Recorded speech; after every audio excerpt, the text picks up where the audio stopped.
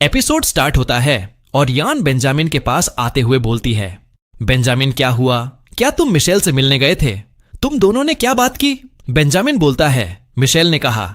लेकिन तभी वो चुप हो जाता है और वो वहां से जाते हुए बोलता है, छोड़ो, कोई बड़ी बात नहीं है। फिर वो मन में ही सोचता है, इसके बारे में बात करने से परिवार में और टकराव होगा। वैसे भी शायद तब तक मिशेल अपना मन बदल ले। लेकिन यान बेंजामिन को पकड़कर बोलती है, क्या मैं उसके बारे में जान भी नहीं सकती? क्या अब तुम सब मुझसे बातें छुपा रहे हो? बेंजामिन थोड़े गुस्से में बोलता है, परेशान मत करो, मैंने कहा ना कि कोई बड़ी बात नहीं है, तो सवाल पूछना बंद करो। यह सुनकर यान हैरान होते हुए सोचती है, क्या उसने मुझे मिशेल की वजह से परेशान करने वाली कहा? उसके बाद हम मिशेल को देखते हैं, जो अपने सामने लियो और एक लड़की को देखकर सोचती है, जैसी कौन? क्या वो पड़ोस वाले स्कूल से है? लेकिन वो यहां क्यों आई है? ये लड़की तो जैसे कोई भटकती आत्मा है। और जैसी कौन मिशेल को देखकर लियो का हाथ पकड़ते हुए बोलती है, गॉड याओ, क्या तुम बता सकते हो कि इस साल आपकी क्लास की तरफ से कौन प्रतिनिधित्व करेगा? लियो अपना हाथ हटा लेता है और मिशेल ये सुन सोचती है, तो बात 100 स्कूल्स लीग की है, लेकिन उसका असली मकसद तो अब भी लियोनार्ड शेन ही है। धत्त, कितनी अजीब स्थिति है। आगे से मैं दूसरी सीढ़ी से जाया करूंगी। तभी लियो बोलता है, मिशेल झाओ। मिशेल अपने पीछे देखते हुए बोलती है, हाँ, तुम लोग जारी रखो, मैं पहले अंदर जा रही हूं। लियो बोलता है, अगली बार हेलिन से मेरी नोट्स लौटाने को मत कहना। मिशेल बोलती है, ठीक है, लेकिन अब मुझे तुम्हारी नोट्स उधार लेने की जरूरत नहीं पड़ेगी। लियो बोलता है, इंटरनेशनल क्लासेस की गति सामान्य क्लासेस से अलग होता है, क्या तुम वाकई में साथ चल पाओगी? मिशेल बोलती है, तो फिर मैं इंटरनेशनल क्लास के दोस्तों से उधार ले लूंगी। वैसे भी चिंता मत करो, अब मैं मंगलवार को तुम्हारे पास नहीं आऊंगी। लियो बोलता है, क्या इंटरनेशनल क्लास का दोस्त? मतलब विक्टर फू? फिर वो मन में ही सोचता है, किसी और के पास जाना, वो भी सिर्फ मुझे जलाने के लिए। क्या होगा अगर तुम उससे पीछा नहीं छुड़ा पाई? लियो की बातें सुनकर मिशेल सोचती है, हाँ, उसका रैंक तो अच्छे भी नहीं है। क्या उसने हाई स्कूल के 3 सालों में कभी नोट्स में एक शब्द भी लिखा है? लियो मिशेल को एक पेपर देते हुए बोलता है, ये रहा 100 स्कूल्स लीग का आवेदन पत्र, इसे भरकर शनिवार को मुझे दे देना, मैं सबके साथ जमा कर दूंगा ताकि देख सकें कि हमारा चयन होता है या नहीं। मिशेल पेपर लेते हुए बोलती है, धन्यवाद। फिर वो मन में ही सोचती है, हालांकि मुझे नहीं लगता कि मेरा चयन होगा। और मिशेल वहां से जाने लगती है। तभी लियो खांसते हुए बोलता है, मैं इस वीकेंड लाइब्रेरी में लीग के सिलेबस पर तुम्हारी मदद कर सकता हूं। यह सुन मिशेल सोचती है, अचानक ऐसा बदलाव क्यों? या वो बस मुझ पर तरस खा रहा है? लेकिन अब इसका कोई मतलब नहीं रह गया। और वो अपने क्लास में जाते हुए बोलती है, जरूरत नहीं है। यह सुनकर लियो गुस्से में बोलता है, जो भी हो, वैसे भी ये और अच्छा है क्योंकि मैं भी व्यस्त हूं। और उन दोनों को विक्टर घूर रहा होता है। तभी उसका दोस्त बोलता है, विक, घूरना बंद करो, वो अंदर आ रही है। विक्टर जल्दी से अपना हेडफोन लगाकर और अपने हाथ में एक किताब पकड़कर उसे देखने लगता है। मिशेल उसके पास से चली जाती है, जिसे विक्टर सोचता है, मुझे यकीन नहीं हो रहा कि वो पूरे दिन मेरे पास नहीं आई। और वो किताब को फेंकते हुए अपने दोस्त से बोलता है, वो लड़का कौन है जो ट्रांसफर स्टूडेंट से बात कर रहा था? क्या वो कोई पुराना दोस्त है? यह सुनकर विक्टर का दोस्त सोचता है, दोस्त? ऐसा दोस्त जिसके बारे में ढेरों अफवाहें फैली हुई हैं। मैं सोच भी नहीं सकता कि तुम कैसा व्यवहार करते अगर मैं कहता कि तुम शायद सिर्फ किसी को जलाने का एक जरिया हो। शायद हो सकता है कि तुम कल स्कूल में बम से भरा बैग लेकर आओ। फिर वो विक्टर से बोलता है, विक, क्यों नहीं किसी से कह दो कि उसकी डेस्क वापस रख दे? हर दिन उसे देखने के लिए गर्दन मोड़ने की परेशानी से तुम बच जाओगे, नहीं तो बाद में गर्दन में दिक्कत हो जाएगी। विक्टर उसे मारते हुए बोलता है, ओह प्लीज, वही तो मुझ पर लाइन मारने की कोशिश कर रही है। तुम्हें कब से लगने लगा कि मैं चाहता था कि वो यहां वापस आए?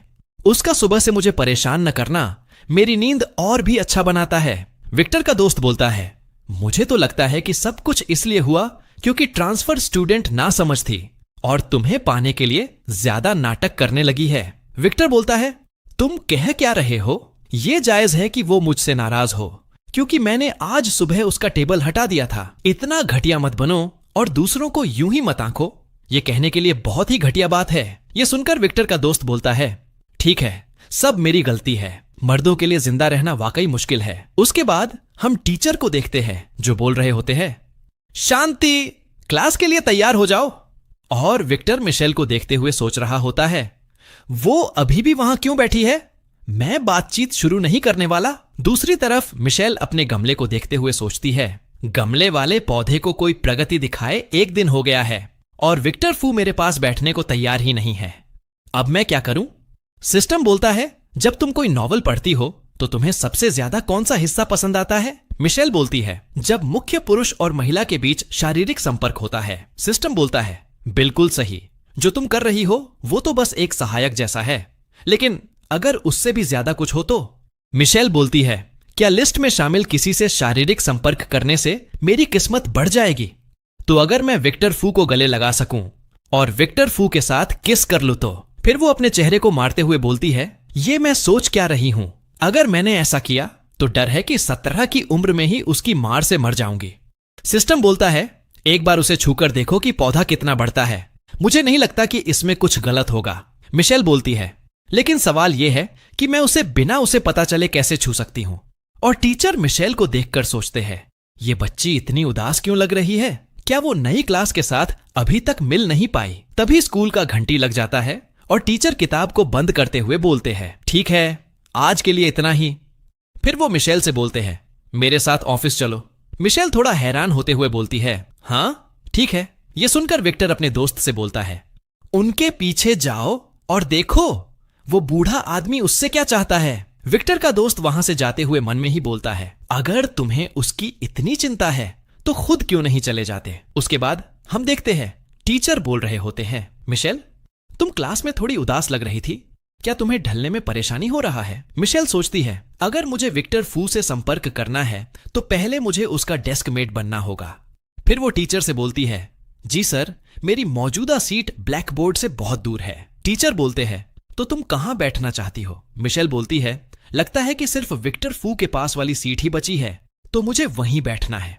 ये सब सुनकर विक्टर का दोस्त विक्टर के पास भागकर आते हुए बोलता है, विक ट्रांसफर स्टूडेंट ने होम रूम टीचर से कहा कि वो तुम्हारे पास बैठना चाहती है, लेकिन वो बूढ़ा आदमी मुश्किल में पड़ गया और बोला, तो मेरा सुझाव है कि तुम अकेली ही बैठो। लेकिन वो अड़ी रही और बोली, मुझे वहीं बैठना है। विक्टर फू की अंग्रेजी बहुत अच्छी है और वो मुझे सिखा सकता है, वो काफी अच्छा है। विक्टर उसे किताब से मारते हुए बोलता है, दफा हो जाओ। फिर वो मन में ही सोचता है, तो उसने सुबह चुपचाप होमरूम टीचर के पास जाकर बात की, वो तो सच में बहुत चिपकू है। तभी वहां पर होमरूम टीचर आकर बोलते हैं, विक्टर फू, किसी को कहो कि मिशेल झाओ की डेस्क पीछे से हटाने में मदद करे और उसे तंग मत करना।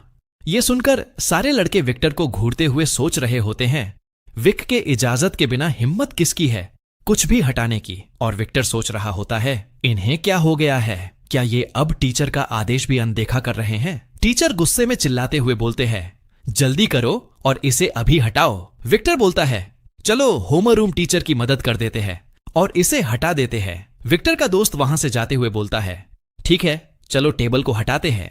कुछ समय बाद मिशेल विक्टर के पास बैठ जाती है।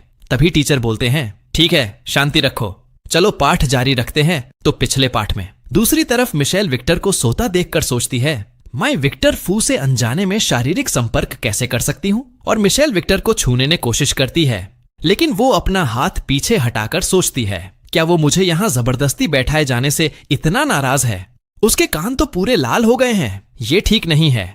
अगर वो मुझे इतना नापसंद करता है तो मैं भविष्य में उसकी किस्मत का फायदा नहीं उठा पाऊंगी। और मिशेल एक पेपर पर लिखती है, माफ करना, होम रूम टीचर ने ऐसा ही तय किया था, मुझे इसके बारे में कोई जानकारी नहीं थी। तभी टीचर को खांसी आता है और मिशेल अपना हाथ जोड़कर बोलती है, माफ कीजिए सर। ये बोलकर मिशेल पेपर विक्टर की तरफ कर देती है।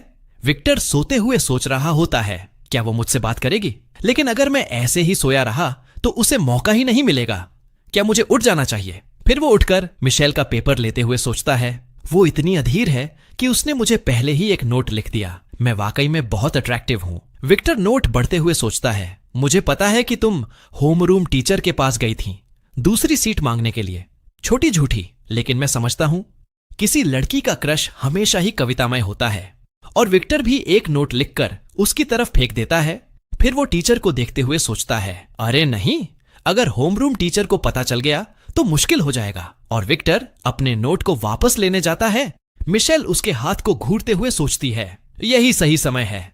मैं सोच रही हूं कि जब मैं उसकी उंगलियों को छूंगी तो कितनी नई कोंपलें उगेंगे। और मिशेल विक्टर की उंगलियां छू लेती है, जिससे विक्टर अपना हाथ हटाते हुए बोलता है, ये तुम क्या कर रही हो?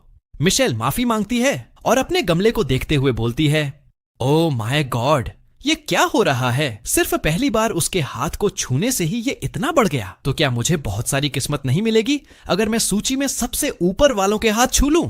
दूसरी तरफ विक्टर सोच रहा होता है, सिर्फ मेरे हाथ को छूकर तुम इतनी खुश हो, जब वो इतनी चिपकू हो जाए तो मैं क्या करूंगा? कुछ दिन बाद हम मिशेल को देखते हैं, जो क्लास के बाहर खड़े होकर सोच रही होती है। पिछले कुछ दिनों में मैंने दूसरे छात्रों को उनका होमवर्क बांटकर संपर्क किया और इससे मुझे एक कॉम्प्ले मिल गया।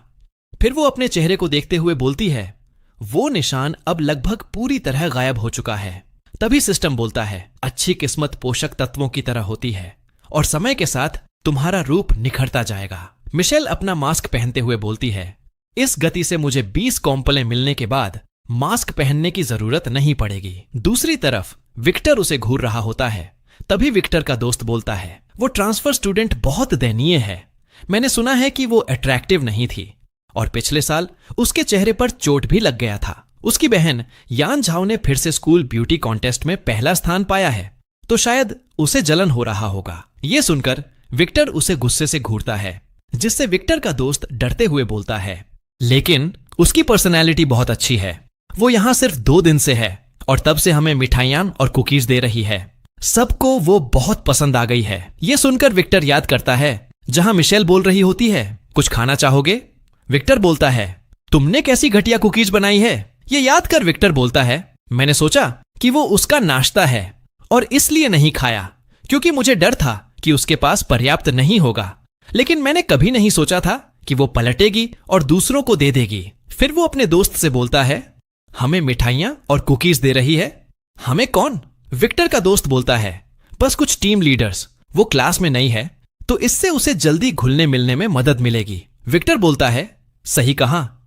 फिर वो मन में ही सोचता है, वो प्यारी शेफ मेलजोल में अच्छी है तो हम एक दूसरे की ताकत और कमजोरी की भरपाई कर सकते हैं। अब मुझे भविष्य में पारिवारिक कूटनीति का चिंता नहीं करना पड़ेगा। उसके बाद हम क्लास का सीन देखते हैं जहां सारे लड़के बोल रहे होते हैं, इस साल के स्कूल ब्यूटी कॉन्टेस्ट में यान झाओ फिर से सबसे ऊपर क्यों है? क्या गोल्ड मेडल क्लास की जॉयजिंग अट्रैक्टिव नहीं है?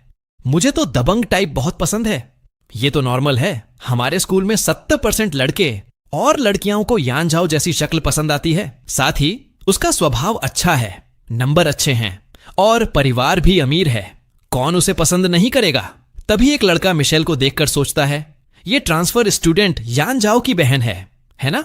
ये तो बिल्कुल भी उसकी जैसी नहीं है। फिर वो मिशेल से बोलता है, अरे क्या 100 स्कूल्स लीग के लिए रजिस्ट्रेशन फॉर्म भर रही हो? क्या तुम भी शामिल होना चाहती हो? मिशेल बोलती है, हाँ, मैं इसे एक बार आजमाना चाहती हूँ। वो लड़का बोलता है, वैसे तुम्हारे चेहरे को क्या हुआ? क्या तुम अपना मास्क उतार कर हमें दिखा सकती हो? तुम्हारी बहन सुंदर है और उसके नंबर भी अच्छे हैं, तो तुम्हें भी ज्यादा पीछे नहीं होना चाहिए, है ना? एक लड़की हंसते हुए बोलती है, हाँ, मैंने अभी तक तुम्हें ठीक से देखा भी नहीं है। मिशेल बोलती है, मैं और दिखा भी क्या सकती हूँ? मैं तो बस आम लोगों जैसी ही हूं। फिर वो मन में ही बोलती है, वो ये सब जानबूझकर कर रहे हैं, छोड़ो, उन्हें नजरअंदाज ही करते हैं। तभी उसके आंखों के सामने से एक बैंग उड़ते हुए जाता है और वह सीधे जाकर उसी लड़के के सर पर लगता है। मिशेल की ये सब बातें सुनकर विक्टर गुस्से में बोलता है, कितना परेशान कर रहे हो तुम लोग, हर समय बातें करते रहते हो, इसे बहुत ही शोर होता है। विक्टर को गुस्से में देखकर वो लड़का सॉरी बोल उसका बैग वापस करके वहां से चला जाता है। फिर विक्टर मिशेल से बोलता है, अपने आप को ज्यादा मत समझो, मैं तुम्हारी मदद नहीं कर रहा था, उनका शोर मुझे परेशान कर रहा था। मिशेल हंसते हुए बोलती है, तुम्हारा धन्यवाद। विक्टर सोते हुए बोलता है, मैंने कहा ना कि मैं तुम्हारी मदद नहीं कर रहा था। उसके बाद मिशेल सोचती है, वो इतना कठिन इंसान नहीं है कि उसके साथ रहना मुश्किल हो जाए, चाहे वो कभी कभी तीखी बातें करता हो। दूसरी तरफ विक्टर सोच रहा होता है इस बात से कि उसने अभी अभी हॉलवे में आईने में देखा। ये साफ है कि वो अपनी शक्ल को लेकर चिंतित है। शायद उन बातों से उसकी भावनाएं आहत हुई हो। और इसी के साथ एपिसोड 4 खत्म होता है। मैं इसका एपिसोड 5 जल्दी ही लाऊंगा। तब तक के लिए वीडियो को लाइक और चैनल को सब्सक्राइब कर लो। चलो मिलते हैं अगला एपिसोड में।